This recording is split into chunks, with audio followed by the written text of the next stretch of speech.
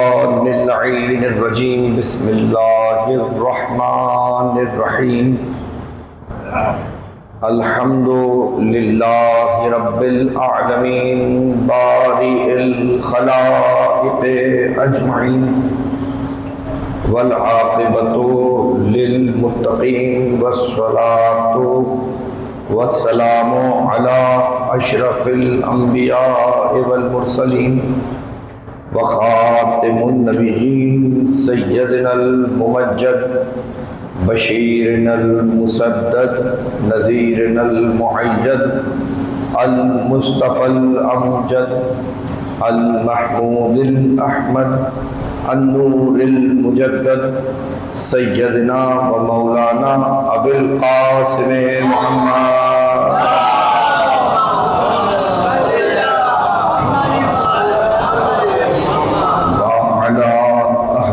الطيبين الطاهرين المعصومين المظلومين الغر الميامين ولعنة الدائمة الباقية على أعدائهم أجمعين من يومنا هذا ومن يوم ظلمهم ومن يوم عداوتهم ومن الآن إلى قيام يوم الدين أما بعد فقد قال الله سبحانه وتعالى في محكم كتابه المجيد وفرقانه الحميد وقوله الحق وهو أصدق الصادقين بسم الله الرحمن الرحيم يعلمون صلوات پڑھیے ایک دفعہ محمد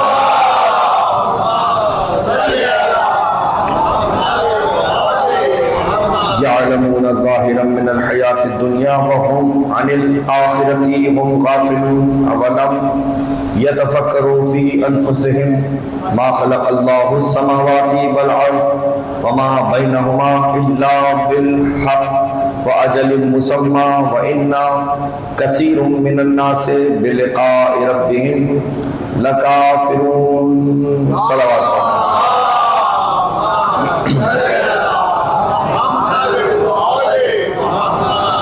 سامعین قابل صد احترام، اس سلسلہ مجالس کی پہلی مجلس میں نے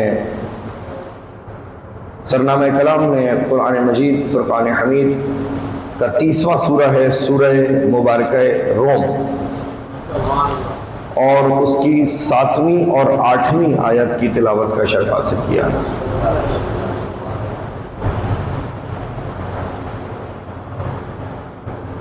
پروردگار عالم نے 7ویں آیت میں سورہ روم کی بنی نوع انسان کو مخاطب کیا ہے اور کہہ رہا ہے یعلمون ظاہرا من الحیات الدنیا، شکایت کی ہے قرآن نے، کہہ رہا ہے کہ یہ دنیا والے فقط دنیا کے ظاہر کا علم رکھتے ہیں، وَهُمْ عَنِ الْآخِرَةِ هُمْ غَافِلُونَ، اور یہ دنیا کے باطن سے یعنی کہ عقیدہ آخرت سے غافل ہے۔ جو کر شکایت کر رہا ہے قرآن، کہہ رہا ہے جو دنیا والے ہیں یہ فقط دنیا کے ظاہر کا علم رکھتے ہیں، یعنی ظاہر سے مراد جو آنکھوں سے نظر آتا ہے بس وہی جانتے ہیں، لیکن قرآن بتلا رہا ہے کہ اسی دنیا کا ایک باطن بھی ہے۔ وَهُمْ عَنِ الْآخِرَةِ هُمْ غَافِلُونَ، اور شکایت کی ہے قرآن نے کہ عقیدہ آخرت سے، اس دنیا کے باطن سے یعنی عقیدہ آخرت سے یہ انسان غافل ہے۔ اب اگر انسان غافل ہے تو اس غفلت سے انسان کو کون نکالے؟ سوال ہے نا؟ تو اگلی ہی آیت میں قرآن نے اشارہ دیا، کہنے لگا اولم یتفکروا فی انفسہم، تم اپنے نفسوں پر غور کیوں نہیں کرتے؟ اگر غفلت سے نکلنا چاہتے ہو تو اپنے نفسوں پر غور کرو۔ ما خلق اللہ السماوات والارض وما بینہما الا بالحق، اور ہم نے جو آسمان و زمین میں اور اس کے درمیان جو کچھ بھی ہے اسے خلق کیا، حق پہ خلق کیا، وَعَجَلٍ مُسَمَّى، اور اس بات پر غور کیوں نہیں کرتے کہ ہم نے کائنات میں خلق ہونے والی ہر شے کی ایک عمر کو معین کیا ہے۔ توجہ کیجیے گا، لیکن میں اس کی وضاحت کروں گا۔ بھائی جو کچھ بھی اس کائنات میں ہے اس کی ایک عمر ہے۔ بھائی میں ہوں، میری ایک عمر ہے، جب تک عمر ہے میں ہوں، جب میری عمر ختم ہو جائے گی تو میں بھی ختم ہو جاؤں، ایسا ہی ہے۔ بھائی پروردگار مجھے بھی زندگی دے، آپ سب کو بھی طول عمر عطا فرمائے، آپ سب کی بھی ایک عمر ہے، جب تک عمر ہے آپ ہیں۔ بھائی جن لوگوں کی عمر ختم ہو گئی آج وہ ہمارے درمیان موجود نہیں۔ اسی طریقے سے کائنات کی ہر شے کی ایک عمر ہے۔ بھائی سورج کی اپنی ایک عمر ہے، چاند کی اپنی ایک عمر ہے، ستاروں کی اپنی عمر ہے۔ بھائی جب تک عمر ہے سورج و چاند ستارے ہیں، جب عمر ختم ہو جائے گی تو یہ سورج و چاند ستارے بھی ختم ہو جائیں گے۔ توجہ کر رہے ہیں؟ تو قرآن نے کہا کہ ہم نے کائنات میں جو کچھ بھی ہے اسے ایک حق کے ساتھ خلق کیا ہے، اور ہر مخلوق کی ایک عمر کو معین کیا ہے۔ یعنی جو کچھ بھی ہے اس کی عمر ہے، جب تک عمر ہے وہ ہے، جب عمر ختم ہو جائے گی تو وہ بھی ختم ہو جائے گا، پھر اس کے بعد کیا ہے۔ کتنی باریکی سے عقیدہ آخرت کی طرف متوجہ کر دیا۔ صلوات پڑھے محمد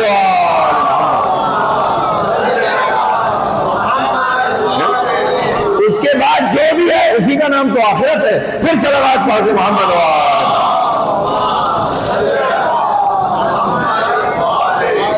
اور اس کے بعد پھر شکایت کر رہا ہے قرآن، کہنے لگا کہ وَكَثِيرٌ مِّنَ النَّاسِ بِاللِّقَاءِ رَبِّهِمْ لَكَافِرُونَ، اور انسانوں کی اکثریت اللہ سے ملاقات کی خواہش مند نہیں ہے،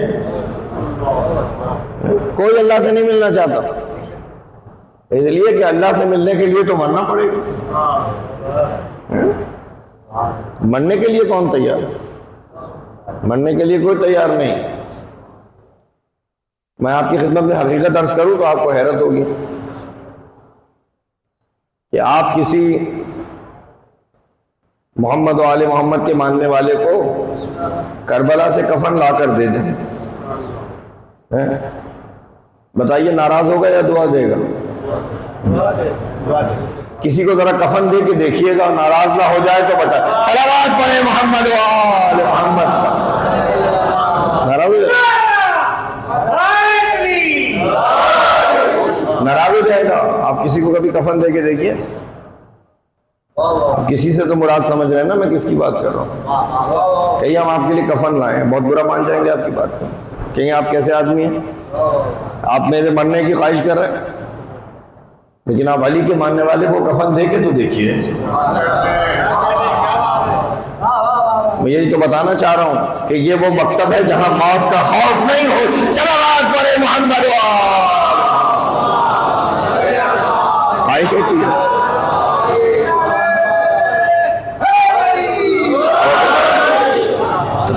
توجہ کر رہے ہیں آپ؟ میں دیکھیے جب ہم کسی کو دفنانے جاتے ہیں کوئی موقع نہیں ہے مگر کچھ بات کہہ کے میں آگے بڑھا، تو جب میت دفن کرنے جاتے ہیں پھر اپنے ساتھ ہم پھولوں کی چادر بھی لے جاتے ہیں، گلاب کے پھول لے کر جاتے ہیں۔ بہت سے مکاتب ایسے ہیں جہاں جو یہ سب عمل بدعت سمجھتے ہیں، کہتے ہیں کوئی قبر پہ پھول نہیں ڈالو، کوئی خوشبو نہیں لگاؤ، یہ سب بدعت ہے۔ لیکن ہمارا طریقہ اور ہے، ہم ایسے تیاری کرتے ہیں جیسے کوئی خوشی کا موقع آیا ہو۔ کوئی دیکھ لے اگر ہمیں پھول خریدتے ہوئے قبر کے لیے تو حیرت کرے گا کہ بھائی مرنے پر اتنے پھول کس خوشی میں لے جا رہے ہیں؟ کہ خوشی کا موقع تو ہے، مبارکباد دینے جا رہے ہیں جانے والے کو کہ مبارک ہو آج تیری ملاقات علی ابن ابی طالب سے ہو رہی۔ صلوات پڑھے محمد و آل محمد۔ تو ہمارے مکتب میں موت کا تصور اور یہاں قرآن شکایت کر رہا ہے، کہہ رہا ہے وَكَثِيرٌ مِّنَ النَّاسِ، انسانوں کی اکثریت جو ہے وہ اللہ سے ملاقات کی خواہش مند نہیں ہے۔ اب کوئی اپنی اکثریت پر نہ اترائے، پھر صلوات پڑھے محمد و آل محمد۔ اکثرهم لا یؤمنون، اکثر کو تو قرآن نے ذلیل کیا ہے، اکثریت کو قرآن نے رسوا کیا ہے، کہہ رہا اکثرهم لا یؤمنون، اکثرهم لا یعقلون، اکثر تو وہ ہے نہ عقل رکھتے ہیں نہ ایمان لاتے، پھر صلوات پڑھے محمد و آل۔ ایسی اکثریت تو قرآن یہ کہہ رہا ہے قرآن یہ کہہ رہا ہے کہ کوئی اپنی اکثریت پر نہ اترائے، اس لیے کہ قرآن کی نظر میں اکثر کا مفہوم اور ہے. کہا اکثر انسانوں کی اکثریت، کثیر من الناس بلقاء ربہم لکافرون، اللہ سے ملاقات کی خواہش مند نہیں ہے. میں نے ترجمہ آپ کی خدمت میں عرض کیا سورہ روم کی 7ویں اور 8ویں آیت کا، مگر ایک ٹکڑا ایسا تھا جس کا ترجمہ میں نے روک لیا. اولم یتفکروا فی انفسہم، قرآن نے دعوت فکر دی ہے ہم انسانوں کو کہ تم اپنے نفسوں پر غور کیوں نہیں کرتے. اور میں یہی سے گفتگو کو آگے بڑھا رہا ہوں. قرآن کہہ رہا ہے اور ہم اس دعوت فکر کو تسلیم کرتے ہوئے مجلس حسین کے وسیلے سے نفس انسانی پر غور کریں گے. قرآن کہہ رہا ہے کہ تم اپنے نفسوں پر غور کیوں نہیں کرتے. اچھا بھائی، اب یہ بہت سے لوگ بیٹھے ہوئے ہیں، ان کے ذہن میں سوال ہوگا، بزرگ تو بہتر جانتے ہیں، بچے چھوٹے جو بیٹھے ہیں، یہ نفس کیا شے ہے، یہ کیا چیز ہے بھائی نفس. دیکھیے میں بہت آسان الفاظ میں آپ کو سمجھا دوں، اس لیے کہ قرآن نے دعوت فکر دی ہے ہمیں یہاں سورہ روم میں کہ آپ سمجھیں اپنے نفس کو. تو اب ضروری ہے کہ ہم سمجھیں، اور آج اس مجلس اعلیٰ کے توسط سے ہم اس دعوت فکر کے نتیجے میں نفس انسانی کو سمجھیں گے. دیکھیے ایک تو ہے جسم، میں بہت آسان الفاظ میں بات سمجھا کے پھر آگے بڑھوں گا. جسم یہ جو ہمارا ایک دوسرے کا ہم ایک دوسرے کی نگاہوں کے سامنے ہے، یہ جسم ہے. اچھا ایک ہے اور شے ہے اس جسم میں روح، جس نے اس جسم کو زندہ رکھا. میں آج انسانی تجربات سے بہت قریب ہو کر گفتگو کروں گا. ایک جسم ہے، ایک ہے کیفیت جسے ہم کہتے ہیں روح، جو اس جسم کو زندہ رکھتی ہے، جو اس جسم کے اندر موجود ہے. ایک تیسری کیفیت ہے جس کا نام ہے نفس. بہت توجہ رکھیے گا، تیسری کیفیت ہے، نہ جسم ہے نہ روح ہے، نفس نام ہے اس شے کا جس نے روح کو جسم کے ساتھ جوڑ کر رکھا ہوا ہے. توجہ کر رہے ہیں؟ یہ جو روح جڑی ہوئی ہے نا جسم میں، ابھی آپ کی خدمت میں واضح ہو جائیں گی اور آپ کے تجربات سے بہت قریب ہو جاؤں گا میں، پھر آپ کو اندازہ ہوگا کہ میں کیا بات کر رہا ہوں. نفس نام ہے اس شے کا کہ جس نے انسان کی روح کو اس کے جسم سے جوڑ کر رکھا ہوا ہے. نفس نام ہے اس شے کا کہ جس کی وجہ سے انسان میں خواہش پیدا ہوتی ہے. اسی لیے ہم کیا کہتے ہیں؟ خواہش روح، خواہش جسم نہیں، ہم کہتے ہیں خواہش نفس، نفسانی خواہشات. تو نفس نام ہے اس کیفیت کا جو انسان میں خواہش کو پیدا کرتی ہے. بہت توجہ ہے، اس لیے کہ میں اب یہاں سے آگے بڑھ رہا ہوں. تو نفس ہمارے جسم میں موجود ہے. اب جتنے لوگ اس فرش اعلیٰ پر بیٹھے ہوئے ہیں سب میں ایک نفس ہے. مجھ میں بھی ایک نفس ہے، آپ سب لوگوں میں ایک نفس ہے. توجہ کر رہے ہیں؟ اب میں آپ سے کچھ سوالات پوچھ رہا ہوں، یہ بتائیے نفس ہے آپ سب میں نفس ہے؟ اس کی دلیل کیا ہے؟ کہ خواہش ہوتی ہے بھائی، کھانے کی خواہش، پینے کی خواہش، ٹھیک ہے، دنیا کی لذتوں کی خواہش. یہ خواہش کی وجہ کیا شے بن رہی ہے؟ نفس. بہت توجہ رکھیے گا. تو ہے. اب میں آپ سے پوچھ رہا ہوں، کیا آپ نے کبھی اپنے نفس کو دیکھا؟ نہیں دیکھا. کیا آپ نے کبھی اپنے نفس سے ملاقات کی؟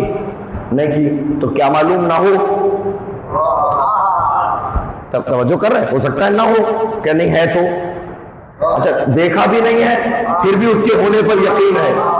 یہی تو ایمان بھی غیب کا پہلا درجہ ہے کہ کوئی شے وجود رکھتی ہو نظر نہ آئے پھر بھی اس کے وجود پر یقین. صلوات پڑھے محمد و آل محمد. اچھا یقین ہے، یقین ہے کہ ہے. بہت توجہ رکھیے گا. تو یہ تو ہے. اچھا بھائی، اب میں آپ سے دراصل گفتگو کو میں آگے بڑھا رہا ہوں، سچ عمومی سے بات کو بلند کروں گا. تو نفس ہے، ہر انسان میں ایک نفس موجود ہے. توجہ کر رہے ہیں؟ اب سوال اگلا پیدا یہ ہوتا ہے کہ جسم میں اگر وہ نفس ہے تو ہے کہاں؟ بھائی جو کچھ بھی جسم میں ہے وہ ایک مخصوص مقام پر ہے. بھائی دماغ اپنے ایک مخصوص مقام پر ہے، دل اپنے مخصوص مقام پر ہے، جگر اپنے مخصوص مقام پر ہے. توجہ کر رہے ہیں؟ ہر شے اپنے ایک مخصوص مقام پر ہے اور وہی ہونا اس کا ضروری بھی ہے. اگر وہ وہاں سے ہٹ جائے تو پھر میڈیکل ایب نارمیلٹی ہو جائے گی. تو سوال یہ کہ نفس کہاں ہے؟ بھائی سر میں ہے، گردن میں ہے، سینے میں ہے، شانوں میں ہے، پیروں میں ہے. لیکن یہ تو طے ہو گیا کہ ہے، لیکن یہ نہیں پتا چل رہا کہ ہے کہاں. اب میں نے اس سوال کو لا کر آپ کی خدمت میں چھوڑ دیا.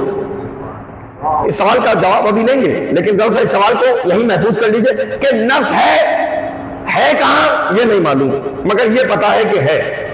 اب اس کو ذرا یہاں رکھ لیجئے اس سوال کو، اور اب میں ذرا گفتگو کو یہاں سے اور آگے بڑھا رہا ہوں کہ ذرا سی دقیق موضوع ہے، اس کی وضاحت کرنا بہت ضروری ہے۔ ایک مرتبہ صلوات پڑھیں محمد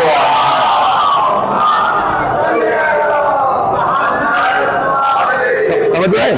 اب سورہ زمر قرآن مجید کا سورہ ہے، سورہ مبارکہ زمر، اس کی 42ویں آیت میں پروردگار عالم نے کہا اللہ یتوفی الانفس حین موتها واللتی لم تمت فی منامها ویمسک الذی قضی علیہ الموت ویرسل الاخری ان فی ذلک لآیات لقوم یتفکرون۔ قرآن کہہ رہا ہے اللہ یتوفی الانفس حین موتها، توجہ کیجئے گا آیت کے ترجمے پر، سورہ زمر آیت کا نشان ہے 42۔ قرآن کہہ رہا ہے اللہ یتوفی الانفس حین موتها، جب تم مرتے ہو تو اللہ تمہارے نفس کو تمہارے جسم سے کھینچ کر نکال لیتا ہے۔ تب توجہ ہے، اللہ تمہارے نفس کو تمہارے جسم سے کھینچ کر نکال لیتا ہے۔ پھر کہا واللتی لم تمت فی منامها، اور جب تم سوتے ہو تو اللہ تمہارے نفس کو تمہارے جسم سے کھینچ کر نکال لیتا ہے۔ تو بھائی آیت قرآنی کی روشنی میں دو موقع ایسے آ گئے کہ جب نفس ہمارے پاس موجود نہیں ہوتا، نفس ہے مگر دو موقعوں پہ نہیں ہوتا۔ قرآن کہہ رہا ہے پہلا موقع جب میں مروں تو میرا نفس میرے جسم میں موجود نہ ہو، دوسرا موقع جب میں سوؤں تو میرا نفس میرے جسم میں موجود نہ ہو۔ بہت توجہ رکھیے گا میری بات پر، جب دو موقع ہیں، جب انسان مرے تو اس کا نفس اس کے جسم میں نہ ہو، جب انسان سوئے تو اس کا نفس اس کے جسم میں نہ ہو۔ معنی کیا ہوئے بھائی، جتنے لوگ اس فرشادہ پر جاگ رہے ہیں سب کے اندر ایک نفس ہے اس وقت، لیکن اگر ان میں کسی کو نیند آ جائے تو اس کے معنی کیا ہوئے کہ اس کا نفس اس کے جسم سے چلا گیا۔ اب میں آپ کی خدمت میں وضاحت کیا کر رہا ہوں، لم تمت فی منامها، جب تم سوتے ہو تو تمہارا نفس تمہارے جسم میں موجود نہیں ہوتا، تو نیند اور نفس ایک دوسرے کی ضد ہے۔ توجہ کر رہے ہیں بھائی، نیند ہوگی تو نفس نہیں ہوگا، نفس ہوگا تو نیند نہیں۔ صلوات پڑھے محمد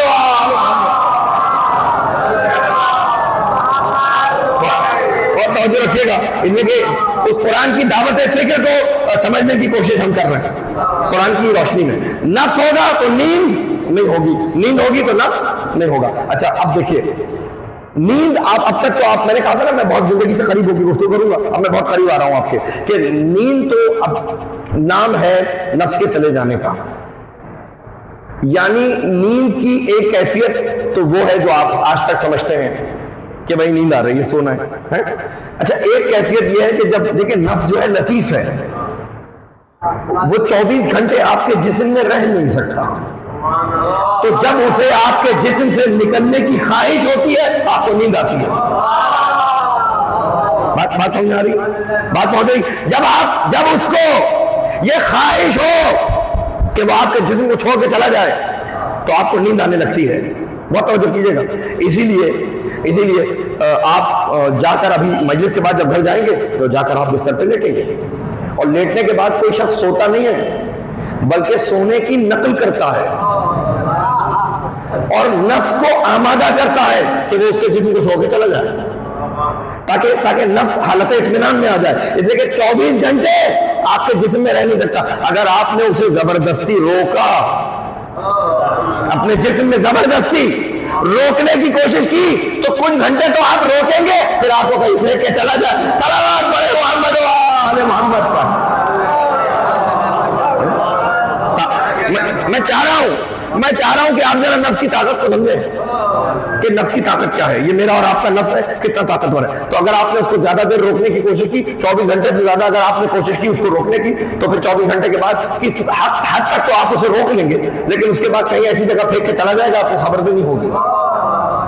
آپ کہیں پڑے سو رہے ہوں گے تو آپ کے جسم سے نکل جائے گا۔ اب یہ سوال لوگوں کے ذہنوں میں پیدا ہوتا جا رہا ہے کہ بھائی جسم سے نکل کے کہاں چلا گیا؟ ابھی میں اس کا بھی جواب دوں گا، لیکن میں کچھ باتیں آپ کی خدمت میں ترتیب سے عرض کر رہا ہوں۔ تو قرآن نے کہا کہ جب تم سوتے ہو تمہارا نفس تمہارے جسم میں موجود نہیں ہوتا. جب تم مرتے ہو تو تمہارا نفس تمہارے جسم میں موجود. تو دو کیفیتیں سامنے آ گئی. جب میں مروں میرا نفس میرے جسم میں موجود نہ ہو, جب میں سوؤں تو میرا نفس میرے جسم میں موجود نہ ہو. اب ذرا اس کو دوسری روح سے سمجھنے کی کوشش کیجئے کہ اگر نفس جسم سے نکل جائے اور پلٹ کر واپس آ جائے تو نیند ہے. توجہ ہے, اگر نکل جائے پلٹ کے واپس آ جائے نیند ہے, نکل جائے واپس نہ آئے. اسی لیے بڑے بزرگ نیند کو نصف موت سے تعبیر کرتے ہیں. سویا ہوا شخص ایسا ہے جیسے مرا ہوا ہو, اگر نفس واپس نہ آیا تو لوگ لے جا کے دفنا دیں گے. اب توجہ کر رہے ہیں, تو نیند اور نفس میں یہ فرق ہے کہ نکل جائے پلٹ کے واپس آ جائے نیند ہے, نکل جائے پلٹ کے واپس نہ آئے تو موت ہے.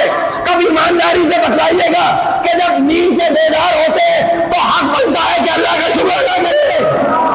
سب بڑے محمد وال ہے یا نہیں؟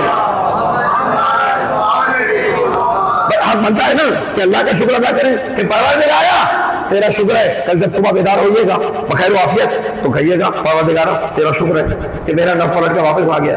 بھائی اگر واپس نہ آتا تو لوگ دفنانے کی تیاری کرتے ہیں. توجہ کر رہے ہیں. تو دو کیفیتیں میں نے آپ کی خدمت میں عرض کی, ایک نیند اور دوسرا موت. جب ہمارا نفس ہمارے پاس موجود نہیں ہوتا, ان دو کیفیتوں کے علاوہ میرا نفس اس وقت میرے اندر موجود ہے, آپ کا نفس اس وقت آپ کے اندر موجود ہے.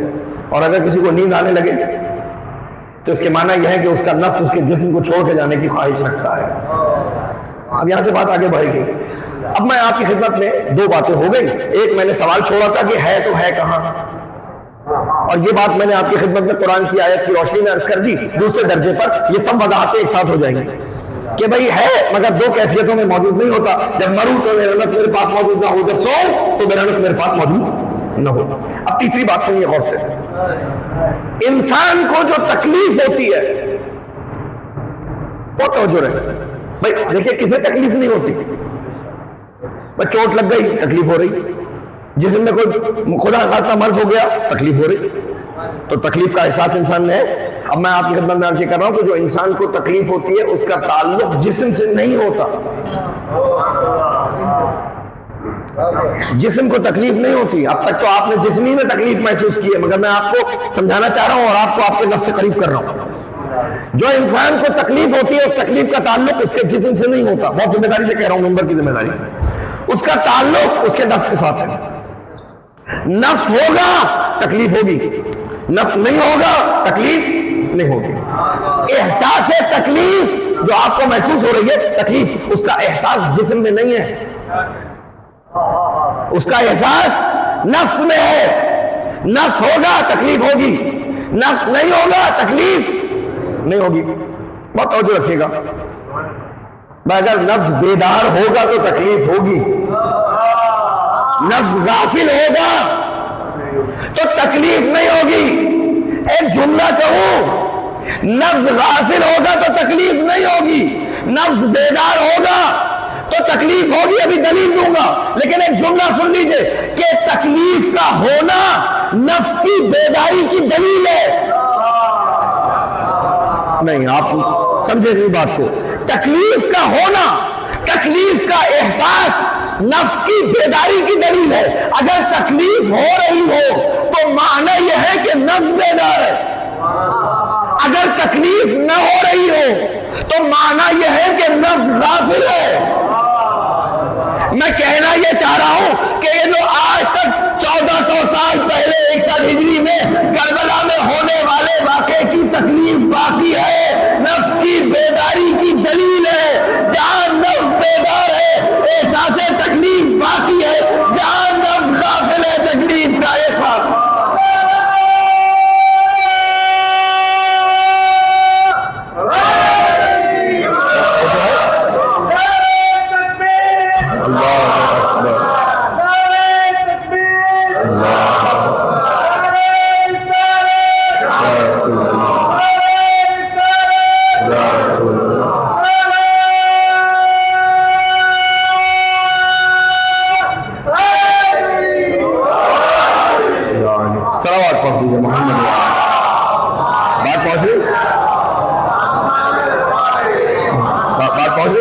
بہت زیادہ وقت نہیں ہے، لیکن جو بات میں نے موضوع شروع کر دیا اس کو کسی منزل کمال تک پہنچانا ضروری ہے۔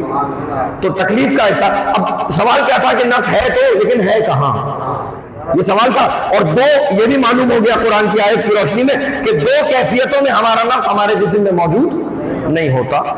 ایک جب ہم مرے تو ہمارا نفس ہمارے جسم میں موجود نہ ہو، ایک جب ہم سوئے تو ہمارا نفس ہمارے جسم میں موجود نہ ہو۔ اور پھر تیسری بات میں نے آپ کی خدمت میں عرض کی کہ جو تکلیف ہوتی ہے انسان کو، خدا آپ سب کی تمام تکلیفوں کو دور کرے پروردگار، لیکن جو احساس ہے تکلیف کا وہ نفس میں ہوتا ہے۔ اب میں آپ کو اس کی دلیل دوں، بھائی اگر آپ بیدار شخص کے مٹی کا ڈھیلا مار دیں اسے تکلیف ہوگی، ٹھیک ہے، کیونکہ اس کا نفس بیدار ہے، لیکن اگر آپ کسی کو بے ہوش کر کے اس کی ٹانگ بھی کاٹ دیں اسے پتہ نہیں چلے گا، ہے نا؟ بھائی اینستھیزیا دے کر ڈاکٹر کیا کرتے ہیں؟ بے ہوش کر دیتے ہیں، بے ہوش کر کے اصل میں وہ نفس کو نکال دیتے ہیں۔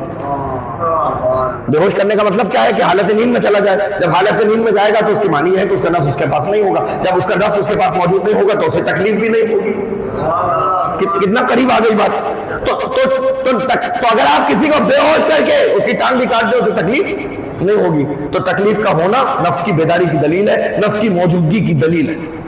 بات یہاں تک ذہن میں پہنچ گئی۔ اب میں آپ سے سوال پوچھ رہا ہوں یہاں آنے کے بعد کہ یہ بتائیے اگر میرے پیر میں چوٹ لگ جائے، فرض کر لیں نفس سر میں ہے، فرض کر لیتے ہیں تھوڑی دیر کے لیے کیونکہ سر جسم کا سب سے اونچا مقام ہے، تو ہم یہ فرض کر لیں کہ جو ہمارا نفس ہے اس وقت سب میں موجود ہے وہ سر میں ہے، ٹھیک ہے؟ تو اگر پیر میں چوٹ لگ جائے تو نفس کو کتنی دیر میں پتہ چل جائے گا کہ چوٹ لگی ہے؟ اسی وقت پتہ چل جائے گا۔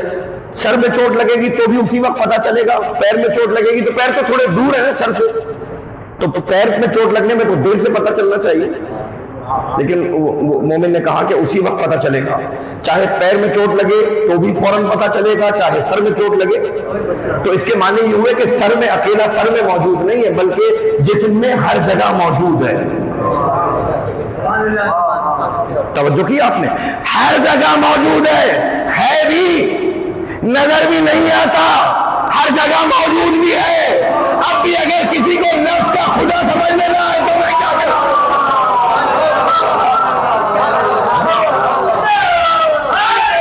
بات پہنچ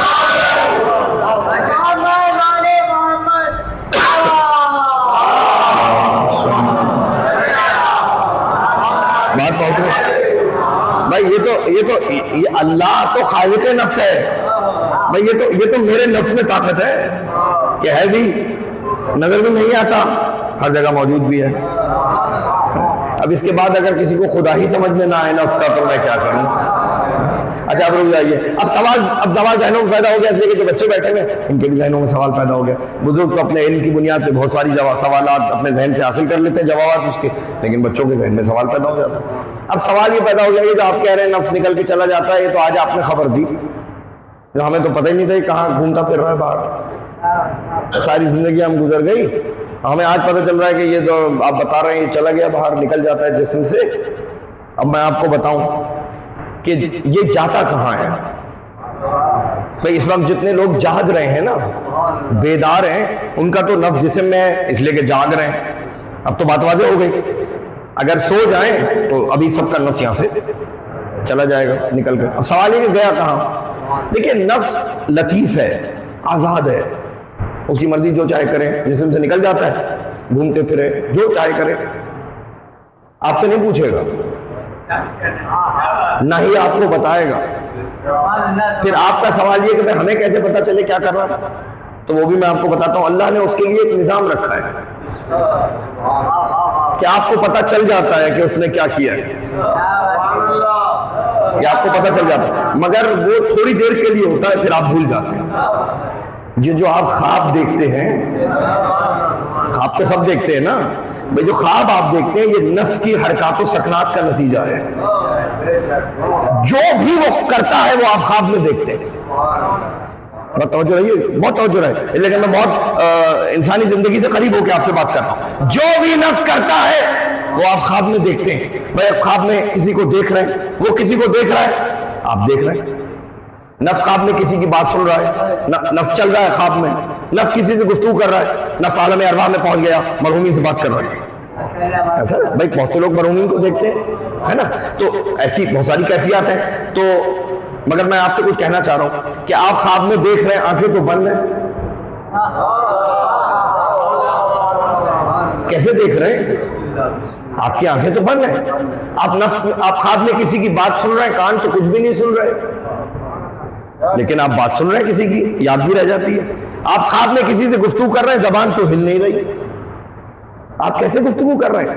آپ خواب میں چل رہے ہیں، پیر تو بستر پر ہے، کیسے چل رہے ہیں؟ تو پتا چلا کہ نفس کو دیکھنے کے لیے آنکھوں کی ضرورت نہیں ہوتی. پتا چلا کہ نفس کو بات سننے کے لیے آپ کے کانوں کی ضرورت نہیں ہوتی، نفس کو گفتگو کے لیے زبان کی ضرورت نہیں ہوتی، نفس کو چلنے پھرنے کے لیے آپ کے پیروں کی ضرورت نہیں ہوتی.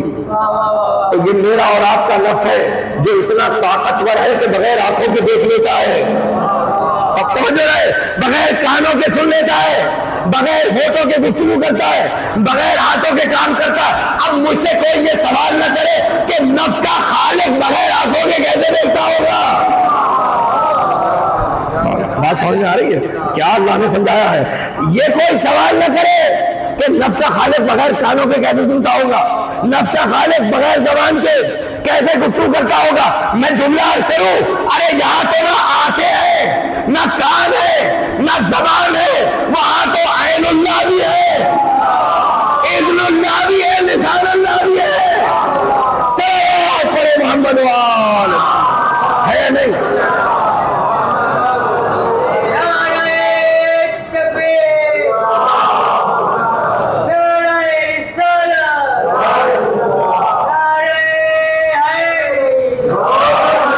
پہنچ رہی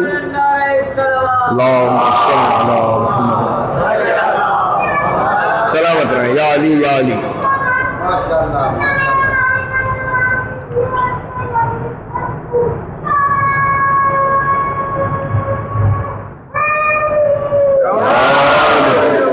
پھر صلوات پڑھیں محمد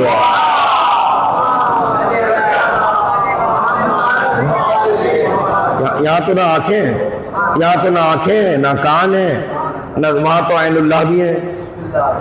اللہ کی آنکھیں ہیں کیسے نہیں ہیں؟ وہاں تو اذن اللہ بھی ہیں، اللہ کے کان ہیں، وہاں تو لسان اللہ بھی ہے، اللہ کی زبان ہے، وہاں تو ید اللہ بھی ہے، اللہ کا ہاتھ ہے. وہ واقعہ تو سب کو یاد ہوگا نا آج کے موقع پر. دن ہے خلیفہ دوم کا زمانہ ہے جناب عمر کا، اور ایک شخص جو تھا اسے طواف کی حالت میں علی نے ایک زوردار تھپڑ رسید کیا.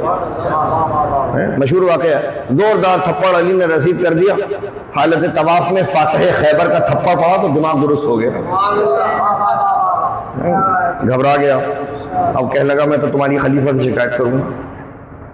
خلافت دوم آیا جناب عمر کے پاس، کہنے لگا کہ یا عمر ایک شخص نے مجھے زوردار تھپڑ رسید کیا. اچھا بلاؤ کون ہے؟ پھر پلٹا علی سے، کہنے لگا چلو تمہیں خلیفہ نے بلایا. علی نے کہا چلو. اب وہ آگے آگے جا رہا ہے خلیفہ کی طرف اور پیچھے پیچھے علی آ رہا ہے. اور پہلے خلیفہ کے پاس پہنچ گیا. خلیفہ نے پوچھا کون ہے؟ کہا وہ جو آ رہا ہے سب سامنے سے. کہنے لگا پھر تو میں کچھ نہیں کر سکتا. خلیفہ دوم کہہ رہے ہیں میں تو کچھ نہیں کر سکتا. کیوں؟ کہا اس لیے کہ تجھے عین اللہ نے دیکھا، ید اللہ نے مارا، میں رضی اللہ کیا کروں. صلوات پڑھے محمد وال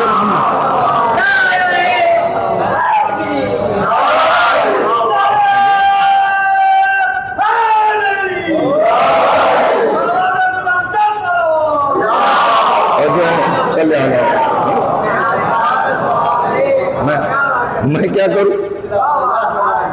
میں تو رضی اللہ ہوں، وہ عین اللہ ہے، ان کا ہاتھ ید اللہ ہے. تو ہمارے نفس میں یہ طاقت ہے کہ بغیر آنکھوں کے دیکھ لیتا ہے، بغیر زبان کے گفتگو کرتا ہے.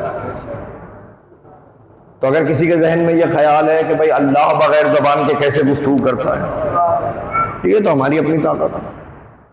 اچھا اب اگر آپ یہاں تک آ گئے میرے ساتھ، یہاں تک میرے ساتھ ساتھ آ گئے تو اب میرے پاس بہت آسان ہو گیا میرے لیے کچھ باتوں کو کہنا. اسے اگر میں اتنی بات آپ سے نہ کرتا تو پھر یہ جو بات اب میں کہنے جا رہا ہوں یہ کہہ نہیں سکتا تھا کہ جب میں سوؤں تو میرا نفس میرے پاس موجود نہ ہو، جب میں مروں تو میرا نفس میرے پاس موجود نہ ہو۔ مگر میں کیا کروں کہ سورہ بقرہ میں قرآن کہہ رہا ہے وَمِنَ النَّاسِ مَن يَشْرِي نَفْسَهُ ابْتِغَاءَ مَرْضَاتِ اللَّهِ، بندوں میں ایسے بھی ہیں کہ جو حالت نیند میں اپنے نفس کو بیچ کر اللہ کی مرضیوں کو خرید لیا کرتے ہیں۔ یہ کیا ہوا بھائی؟ یہ تو بڑی عجیب بات ہو گئی، اس لیے کہ اصول تو یہ تھا کہ نیند آ رہی ہے تو نفس ہونا ہی نہیں چاہیے۔ بھائی میں سوؤں تو میرا نفس میرے پاس موجود نہ ہو۔ علی جب بستر رسول پر سوئے ہیں تو علی کا نفس علی کے پاس موجود تھا، حالت نیند میں اسے بیچ کر اللہ کی مرضیوں کو خرید لیا۔ صلوات پڑھے محمد ہے نہیں؟ الفاظ یہی تو ہے نا، وَمِنَ النَّاسِ مَن يَشْرِي نَفْسَهُ ابْتِغَاءَ مَرْضَاتِ اللَّهِ وَاللَّهُ رَءُوفٌ بِالْعِبَادِ، ایسے ہے کہ جو اپنے نفوس کو بیچ کر اللہ کی مرضیوں کو خرید لیا کرتے ہیں، دے کر نہیں، بیچ کر۔ لفظ ہے عربی میں یشری، یشری کے معنی بیچنا، بیچنے کا مطلب یہ کہ قیمت دیجئے۔ نفس گیا، مرضی آ گئی، اور مرضی ایک نہیں، مرضات اللہ، اللہ کی ساری مرضیاں۔ اب اگر کوئی نفس علی اللہ کے پاس پہنچا، اللہ کی مرضات علی کے پاس آئی، ساری مرضیاں۔ اب اگر کوئی اللہ کو راضی کرنا چاہتا ہے پہلے علی کو راضی کرے۔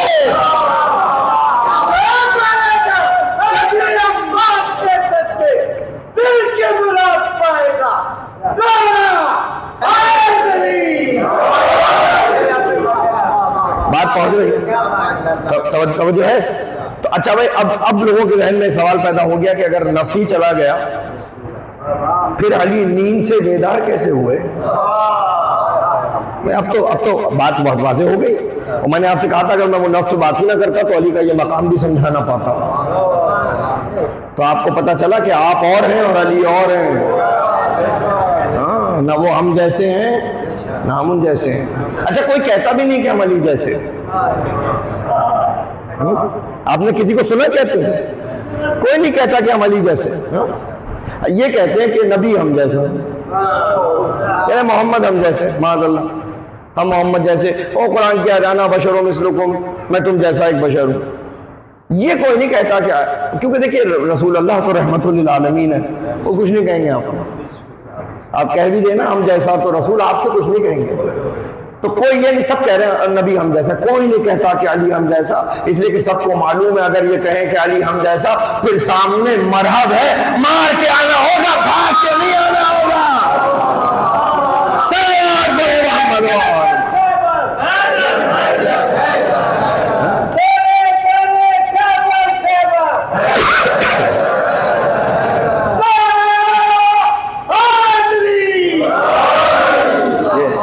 یہ نہیں ہے، پھر یہ نہیں ہے کہ آپ پہاڑ پر چڑھ جائیں، سمجھ رہے ہیں آپ بات کو؟ کوئی نہیں کہتا، کیونکہ علی جو ہے وہ غیر فرار ہے۔ غیر فرار کے معنی یہ ہے کہ میدان چھوڑ کر بھاگتے نہیں ہیں، میدان چھوڑتے نہیں ہیں، دشمن کو موت کے گھاٹ اتار کر ہی پیچھے ہٹتے ہیں۔ اور میں آپ کی خدمت میں عرض کروں کہ اب سوال یہ ہے کہ حالانکہ باتیں تو بہت سی ہیں، سخنہ گفتگو تو بہت ہے یہاں پر، لیکن میں آگے بڑھا ہوں اسی موضوع کو لے کر۔ اب سوال یہ ہے کہ علی بیدار کیسے ہوئے جب نفسی بک گیا؟ اس لیے کہ ہماری زندگیوں میں دوبارہ بیدار ہونے کے لیے نفس کا واپس آنا ضروری ہے۔ علی کیسے بیدار ہوئے؟ میں آپ کی خدمت میں جملہ عرض کروں کہ وہ نفس رکھ کے کرے تو کیا کرے جو خود کسی اور کا نفس ہو۔ توجہ ہے؟ اچھا رک جائیے۔ نبی بیٹھے ہوئے مسجد میں، اور نبی مسجد میں بیٹھے ہوئے ہیں، اور نبی نے اپنے صحابہ کرام رضوان اللہ علیہ سے اپنے ساتھیوں سے بات کریں، ہماری جان قربان ہو نبی کے صحابیوں پر۔ تو ایک صحابی اٹھ کے کھڑے ہو گئے، مسجد میں اور کہنے لگے یا رسول اللہ آپ اپنے ساتھیوں میں کس سے سب سے زیادہ محبت کرتے ہیں؟ تو وہ قال فلاں، رسول نے کسی فلاں کا نام لیا کہ فلاں سے بہت محبت ہے، بیٹھ گیا، کچھ دیر گزری پھر کے کھڑا ہو گیا، کہنا یا رسول اللہ آپ اپنے ساتھیوں میں سب سے زیادہ کس سے محبت کرتے ہیں؟ قال فلاں، رسول نے پھر کسی فلانے کا نام لے لیا کہ فلاں سے بہت محبت ہے، اچھا پھر بیٹھ گیا، تھوڑی دیر گزری پھر کھڑا ہو گیا اور تیسری مرتبہ کہنا یا رسول اللہ آپ اپنے ساتھیوں میں سب سے زیادہ کس سے محبت کرتے ہیں؟ قال فلاں، نبی نے پھر کسی فلاں کا نام لے لیا کہ بھائی فلاں سے بہت محبت ہے۔ جب 3 دفعہ زبان رسالت سے علی کے علاوہ کسی اور کا نام سنا تو کہنے لگا این علی، کیا ترجمہ کہ آپ علی کا نام کیوں نہیں لیتے؟ تو جب نبی نے اس کی زبان سے علی کا نام سنا تو اپنے صحابہ سے کہنے لگے ان ھذا یسأل عن النفس، دیکھ رہے ہو اس کو، یہ میرے نفس کو میرا ساتھی سمجھ رہا ہے، صلوات پڑھے محمد و آل محمد۔ دیکھ رہے ہو اس کو، نفس رسول ہے، فمن حاجک فیہ من بعد ما جاءک من العلم فقل تعالوا ندعو ابناءنا وابناءکم ونساءنا ونساءکم وانفسنا وانفسکم، اپنے نفسوں کو لے کر آؤ۔ تو نفس رسول کے معنی کیا ہے؟ رسول جیسا، بس جیسے رسول ہے ایسے علی ہے۔ بہت توجہ ہے، نفس رسول کے معنی کردار میں بھی ویسا ہی ہوگا، گفتار میں بھی وہی ہوگا، رفتار میں بھی وہی ہوگا۔ اب کون، اور دیکھیے آپ کی خدمت میں عرض کروں کہ یہ علی رسول جیسے نہیں ہیں، یہ 12 کے 12 رسول جیسے ہیں، بس جیسا پہلا ویسا درمیانہ، جیسا درمیانہ ویسا آخر۔ کون سی تاریخ اس واقعے کو جھٹلا سکتی ہے؟ 2 سال شاہ خراسان غریب الغربا حضرت امام علی رضا علیہ السلام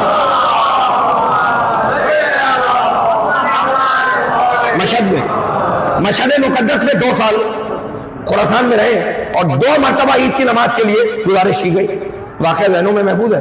دونوں مرتبہ حضرت رضا کو عید کی نماز کے راستے سے پلٹا دیا گیا۔ پوچھنے والوں نے پوچھا کہ پلٹایا کیوں؟ کہا اس لیے پلٹایا کہ ایسا لگ رہا تھا جیسے رسول اللہ نماز پڑھانے کے لیے جا رہا ہے۔ اسے کہتے ہیں نفس رسول۔ ایسا لگ رہا ہے جیسے محمد آ رہے ہیں۔ یہ کون آ رہا ہے؟ یہ آپ کے 8ویں امام آ رہے ہیں، یعنی جیسا پہلا ہے ویسا ہی درمیانہ ہے ویسا ہی 8واں۔ پھر صلوات پڑھے محمد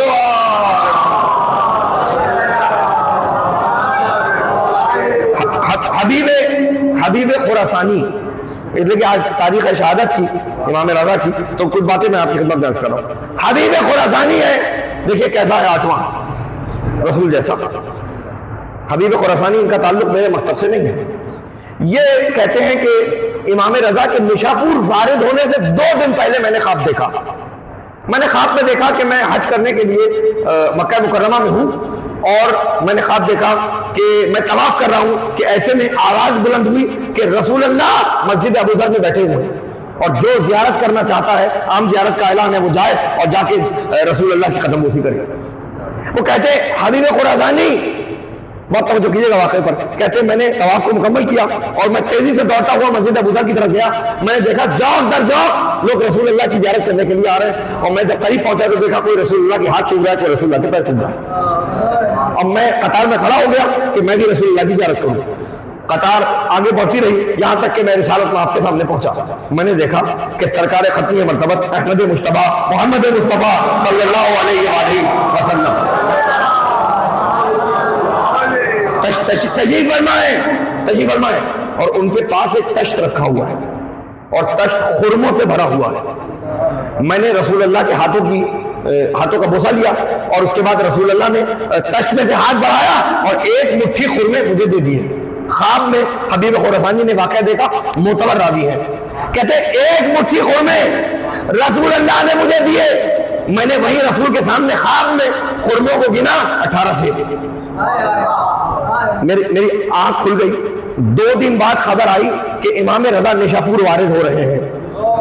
میں امام رضا کی زیارت کے لیے چلا، اعلان ہو رہا تھا کہ امام رضا فلاں جگہ تشریف فرمائے، عام زیارت ہے، جو چاہے جا کے زیارت کرے۔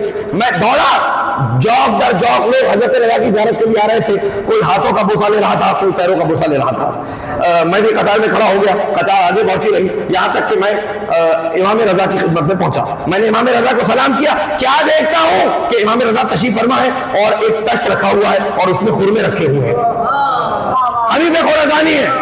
میں نے امام رضا کا ہاتھ چوما, امام نے ایک مٹھی خرمے اٹھائے, مجھے عطا کر دیے. میں نے وہی, وہ عالم خواب تھا یا عالم حقیقت ہے, میں نے وہی خرمے گنے, 18 تھے. میں نے کہا یا امام رضا اور دے دیجیے, تو مسکرا کے کہنے لگے اگر ناروں نے اور دیا ہوتا تو میں بھی دے دیتا.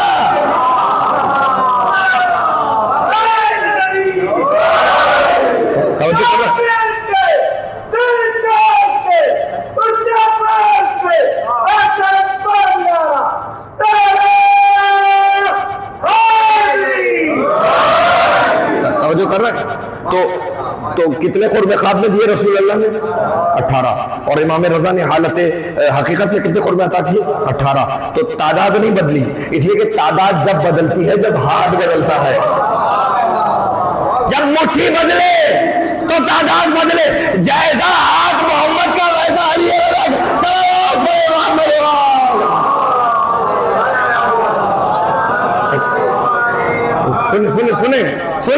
سنیں.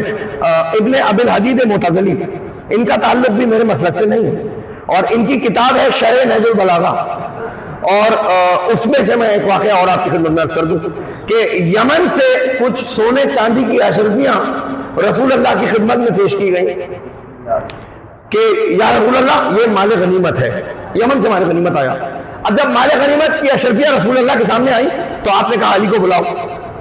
علی کو بلایا گیا اور علی سے کہا کہ یہ اشرفیاں جو ہیں میرے صحابیوں میں تقسیم کر دوں. علی نے کہا جو حکم یا رسول اللہ. اشرفیاں اٹھائیں اور علی نے ایک ایک مٹھی اشرفیاں صحابہ کو دینی شروع کر دی. بہت توجہ ہے, ایک ایک مٹھی اشرفیاں صحابہ کو دینی شروع کر دی. اب کچھ لوگ رسول اللہ کے پاس آئے اور کہنے لگے یا رسول اللہ علی عدل نہیں کر رہے ہیں. کیوں؟ کہہ رہے ایک ایک مٹھی دے رہے, کسی کو زیادہ مل رہا ہے کسی کو کم مل رہا ہے, عدل نہیں کر رہا. تو بھائی جتنا قناعت کرو, جتنا مل گیا اس سے صبر کرو, مال غنیمت ہے. نہیں یا رسول اللہ علی کسی کو زیادہ دے رہے کسی کو کم دے رہے. کہنے لگے کہ اچھا ایسا کرو ایک ترازو لے آؤ. رسول اللہ نے ایک ترازو منگوایا اور کہا جتنے صحابیوں کو غنیمت ملی ہے ان سے کہو اپنے اپنا مال غنیمت لے کر آ جائے اور سب کا مال غنیمت الگ الگ رکھو اور ایک مٹھی علی کا دیا ہوا ترازو کے ایک پلڑے پر رکھو اور سب دوسرے پلڑے پر اپنا اپنا مال غنیمت باری باری رکھیں. اگر جو کے برابر بھی کم ہو تو علی کا ذمہ دار میں محمد ہوں. اگر جو کے برابر بھی جو کے دانے کے برابر کم ہو علی کا ذمہ دار میں محمد ہوں. سارے صحابی اپنا مال غنیمت لائے, سب کا رکھا گیا, سب برابر تھا.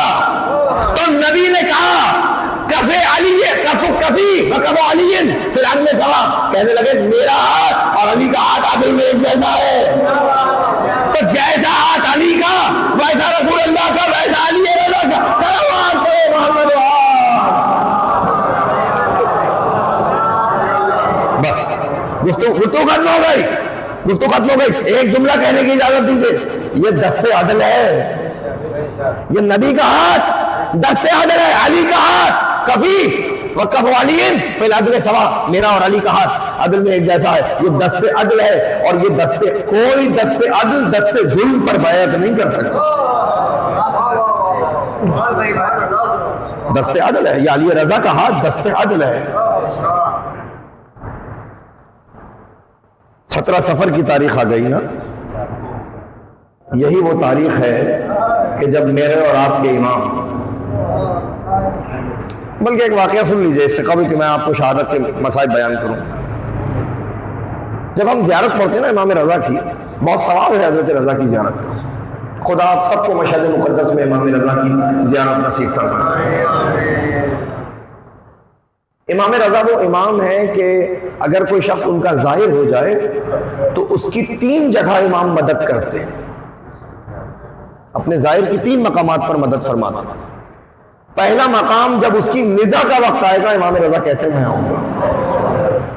جو ظاہر ہوگا حضرت رضا کا وہ اپنی نزا کے وقت ان کو دیکھے گا. دوسرا مقام جب نامہ اعمال دلوایا جا رہا دیا جا رہا ہوگا تو امام رضا کہتے ہیں میں اپنے زائر کا نامہ اعمال اس کے سیدھے ہاتھ میں دلواؤں گا. اور تیسرا مقام وہ مقام ہے جہاں کسی نے مدد کا وعدہ نہیں کیا. حضرت رضا نے کہا میں اپنے چاہنے والوں کو اپنے زائر کو وہاں سے بھی بچا لے جاؤں گا. اور یہی وجہ ہے کہ آپ محسوس کریں, آپ نے بچپن سے دیکھا ہوگا کہ مجلس ہوتی ہے, نماز ہوتی ہے, اس کے بعد جب ہم زیارت پڑھتے ہیں تو امام حسین کے بعد ہم کسی معصوم کی زیارت نہیں پڑھتے, لیکن خصوصیت سے مشہد مقدس کا رخ کرتے ہیں اور مشہد کا رخ کر کے کہتے ہیں السلام علیکہ یا غریب الغرباء, السلام علیکہ یا معین الضعفاء والفقراء, السلام علیکہ یا انیس النفوس ایھا المدفون فی ارض طوس. جتنے معصوم ہیں سب کے پاس کوئی نہ کوئی ہے. بھائی امام حسن کے پاس امام زین العابدین ہے, امام محمد باقر ہے, امام جعفر صادق, امام علی کے پہلو میں حضرت آدم ہے, حضرت نوح ہے, امام حسین کے پہلو میں شہداء کربلا ہے جناب علی اکبر امام حسین کے ذریعے, کاظمین میں امام موسی کاظم کے حرم میں امام محمد تقی بھی ہے, سامرہ میں امام علی نقی کے ساتھ امام حسن عسکری بھی ہے. مگر ایک امام ایسا ہے جو مدینے سے سب سے زیادہ دور بھی ہے اور اکیلا بھی ہے. اجرکم اللہ. کون ہے وہ امام؟ وَقَبْرُ بِطُوسٍ, وہ قبر جو طوس میں ہے, وہ ہے امام رضا. کیوں کہتے ہیں غریب الغرباء؟ حالانکہ آپ زیارت میں دیکھیں ہم کہتے ہیں السلام علیکم یا غریب الغرباء معین الضعفاء والفقراء, السلام علیکم انیس النفوس ایھا المدفون بارض طوس السلطان عرب والعجم. ایک طرف کہتے ہیں سلطان عرب و عجم, ایک طرف کہتے ہیں غریب الغرباء. غریب کے معنی ہے تنہا, جو حالت غربت میں مدینے سے دور مارا گیا ہو. لیکن جب امام رضا کی شہادت ہوئی ہے تو امام رضا کے جس امام کی اتنی بہنیں اور اتنے بھائی ہو, کوئی امام کے پاس رہنے والا موجود نہیں. جب آپ جائیں گے نا ایران زیارت کے لیے امام رضا کی, تو آپ ان کے ایک صحابی کی زیارت کریں گے, ان کا نام ہے خواجہ ابا سلط حروی. خواجہ ابا سلط وہ ہیں جو امام رضا کے ساتھ ہی رہتے تھے, امام رضا کی خدمت میں حاضر رہتے تھے.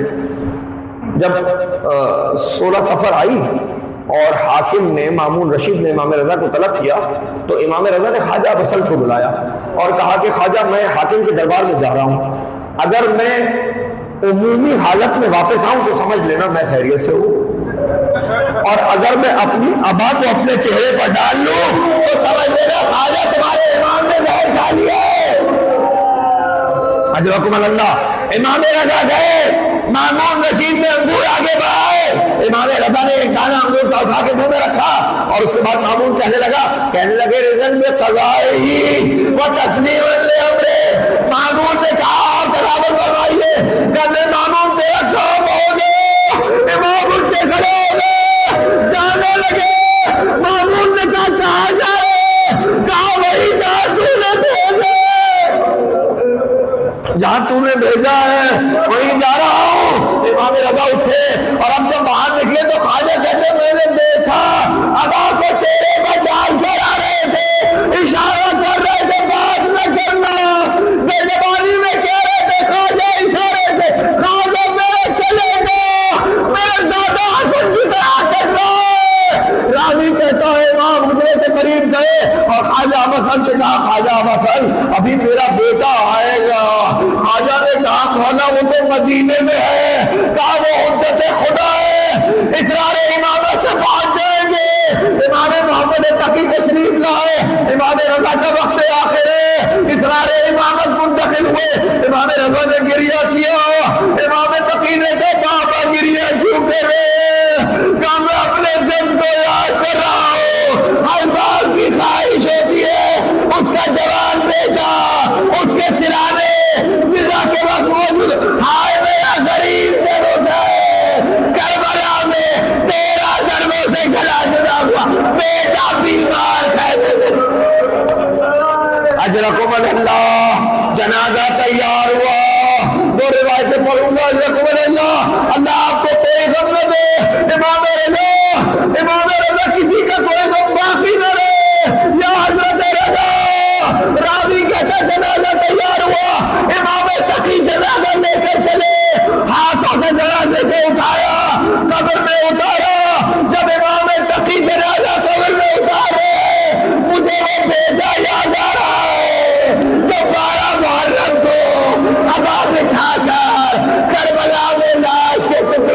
کر رہا تھا.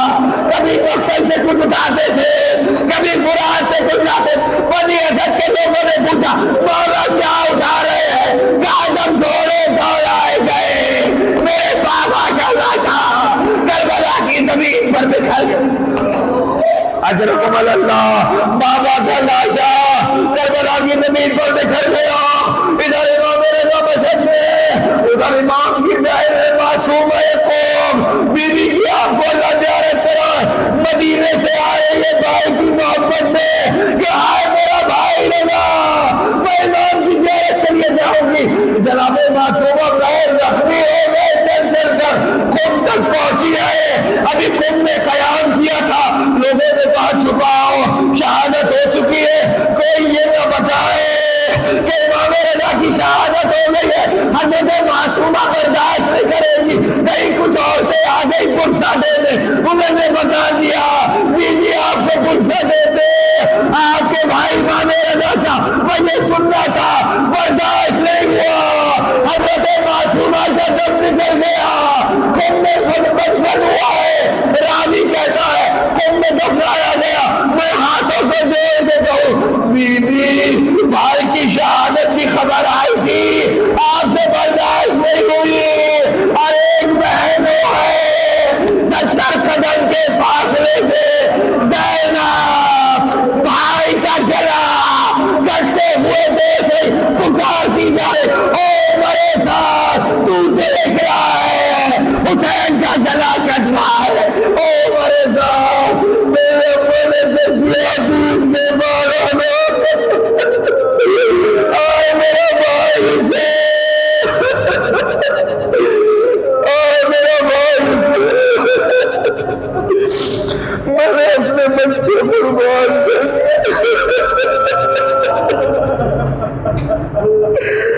میں بھائی کو نہ بچا.